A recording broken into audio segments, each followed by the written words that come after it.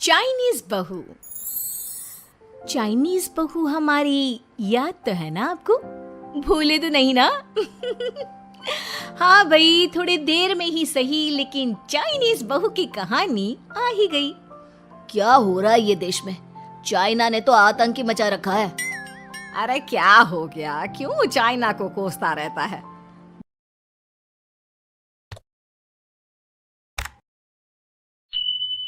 भूल मत, तेरी ससुराल चाइना की ही है। हाँ माँ, पर ये देखना, लड़ाई झगड़े, ये बीमारी, ऊपर से ये देश कितना चालाक है। अंदर न जाने क्या क्या करता रहता है। तभी अंदर से बहू की चिल्लाने की आवाज आती है। अरे क्या हो गया बहू, क्यों चिल्ला रही है? माँ जी, ये देखिए, ये रूस ने यूक्रेन की हालत क्या कर दी है। ऊपर से चाइना में 2 बड़ा लॉकडाउन लग गया है। माँ जी, अब क्या किया जाए? अरे तो तुम लोगों को क्या परेशानी हो रही है, मैं तो यही नहीं समझ पा रही हूँ। वो क्या है ना माँ, हम लोग चाइना जाने की सोच रहे थे। सांगसू के भाई की शादी है। तो क्या? अरे कौन सा उन लोगों के यहाँ भाई घोड़ी चढ़ता है जो बहन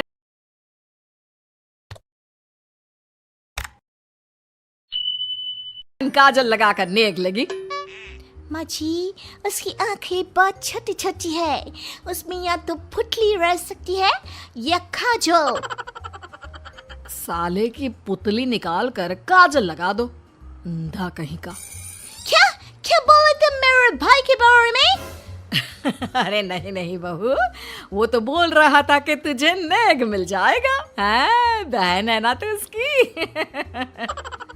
नहीं नहीं माँ जी, मैं सब समझती, ये मेरे भाई का मजाक बनाते रहते।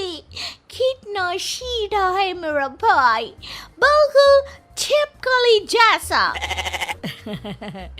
नहीं नहीं बहू, सीधा गाय जैसा होता है। सही पकड़े हैं माँ जी। हाँ, तो मेरे भाई की शादी है, मैं चाइना जरूर जाऊंगी। तभी एक पड़ोसन आ जाती है।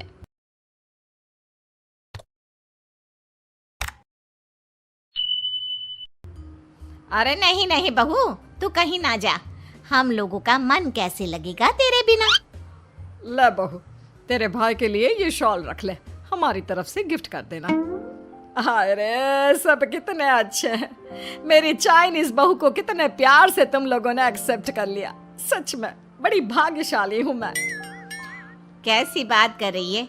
ये तो हम लोगों के देश की खूबसूरती है कि हर किसी को दिल से अपना लेते हैं, बस वो भी दिल से हमें अपना समझे। कैसी बात कर रही है आंटी जी? मेरे लिए आप सब सासू माँ जैसी ही हैं। मुझे भारत बहुत अच्छा लगता है, ये सबसे अच्छा देश है। मेरा भारत महान।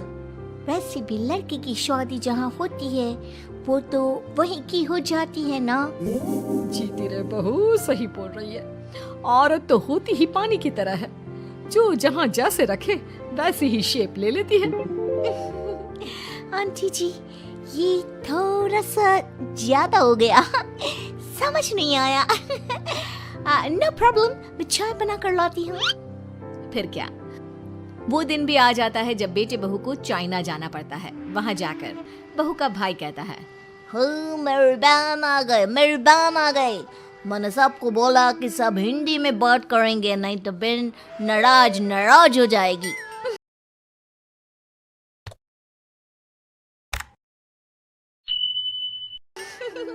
थैंक्स बॉय, हिंदी मेरी भाषा है। अब मुझे उसमें बात करना अच्छा लगता है। आपने जीजा जी से मिलो। ओ बहन, तुम अंदर चलो। सभी बहू को अंदर लेकर चले जाते हैं, लेकिन सांगसू का पति, वो तो बेचारा चाइना के ससुराल के आंगन में अकेला खड़ा रहता है। काफी देर तक जब कोई उसे नहीं पूछता तो वो माँ को घर पर फोन करता है। हाँ बेटा, पहुंच गए ना कुशल मंगल? हाँ माँ, लेकिन सांगसू पता नहीं कहाँ है। वो तो अंदर गई है, तब से बाहर आई ही नहीं। अरे कैसी बात कर रहा है? तो तू अंदर चला जा, तू बाहर क्यों है? अरे दामाद है तू वहाँ का, उन लोगों ने तुझे बिठाया, चाय पानी कुछ नहीं पूछा? नहीं ना माँ, तभी सामने से सांगसू आती है। क्यों आप अभी तक तैयार नहीं हुए? और ये बैग लेकर क्यों कमरे से बाहर आए? इसे वहीं रख देते। कमरा? कौन सा कमरा? अरे कैसी बात कर रही हो? जब से तुम अंदर गई हो मैं बाहर ही तो खड़ा हूँ। बहू को बहुत हैरानी होती है और गुस्सा भी आता है। तभी उसका भाई और माँ आ जाते हैं। और सांगसू, अंदर खाना लग गया है। पहले ये बताओ कि मेरे पति को किसी ने खाना या पानी क्यों नहीं पूछा? वो भारत से ससुराल पहली बार आया है, वो भी मेरे कहने पर। उनकी इज्जत क्यों नहीं की? देख बेटी, तूने जबरदस्ती जिद में शादी की थी तो हम लोगों ने कर दी, लेकिन अब तुम ये सोचो, पूरी चाइना में मैं इस इंडियन को अपना दामाद बताऊं? So sorry. हाँ सांगसू, और तुम भी चुप रहना, नहीं तो वो लोग मेरी शादी तोड़ देंगे। ओह, ऐसी बात है। कोई बात नहीं, मैं बाहर होटल में रह लेता हूँ, तुम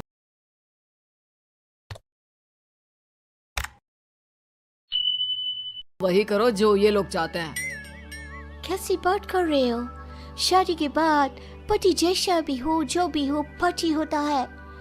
वैसे भी तुम्हारे पूरे परिवार ने, सबने बिना सोचे मेरा साथ दिया, मुझे एक्सेप्ट किया और प्यार किया। मैं अपने देश में आपको अकेला कैसे छोड़ सकती हूँ? ये हिंदी फिल्म का ड्रामा बंद करो, मैं अभी अब बर्दाश्त नहीं करूँगी। चुपचाप अंदर चलो, नहीं तो ये शादी वादी यहीं खत्म करके इसे अकेले ही इंडिया जाना पड़ेगा। कैसी बात कर रही हो माँ? ये मेरे पति हैं। है नहीं था, हम लोगों ने यहाँ वकील को बुला लिया है, जिसके बाद अब तेरा तलाक करा के हम यहाँ के चाइनीज लड़के से तेरी शादी करा देंगे। अरे कैसी बात कर रहे हो? हम तो यहाँ तुम्हारी शादी के लिए आए थे। नहीं नहीं, मैं सांगसू के बिना नहीं रह सकता हूँ। हाई वोल्टेज ड्रामा होने के बाद से ही सारा माहौल खराब हो जाता है कि तभी एक लड़की आती है। मैंने सारा इंतजाम कर दिया है, सांगसू की शादी का मंडप परसों लग जाएगा, तब तक इसके पति को कमरे में बंद कर देते हैं। सभी सांगसू के पति का हाथ बांधकर उसे कमरे में बंद कर देते हैं। ये क्या कानूनी है? आप लोग मेरे पति के साथ ऐसा नहीं कर सकते हैं। मैं किसी से शादी नहीं करूंगी, ये साफ बात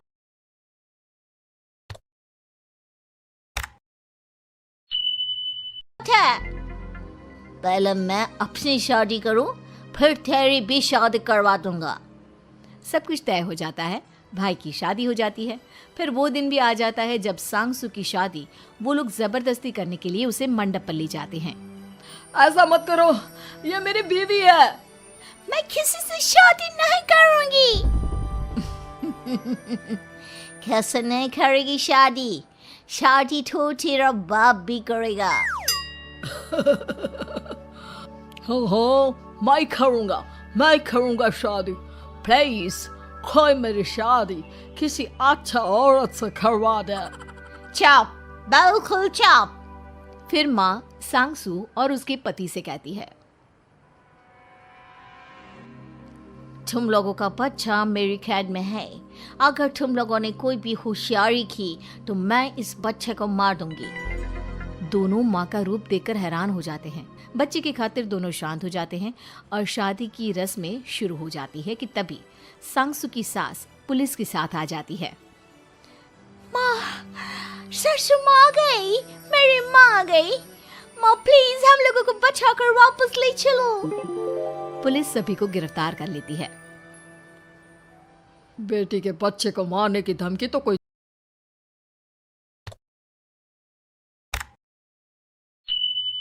चुड़ैल ही दे सकती है। अरे तो ये चुड़ैल ही तो है। ये सही बोल रहे हैं, ये औरत किसी चुड़ैल से कम नहीं है। तभी उन लोगों का बच्चा भी आकर सांगसू के गले लग जाता है। माँ, तू सही समय पर आ गई, लेकिन तुझे कैसे पता चला कि यहाँ ये सब हो रहा है? बेटा, ये चाइनीज लोग ना होते ही धोखेबाज हैं। इन लोगों पर मुझे भरोसा नहीं था, इसलिए मैंने तेरे फोन को हमेशा के लिए मेरे फोन से अटैच कर दिया था, जिससे तेरे आसपास होने वाली सारी बात मैं सुनती रहूं। उस दिन भी मेरी तेरी बात हो रही थी तो तेरा फोन ऑन था, मैं सब समझ गई थी। मुझे माफ कर दो। नहीं, बिल्कुल नहीं। चलिए माँ जी, इंडिया वापस चलते हैं। आज के बाद मैं यहाँ कभी नहीं आऊंगी।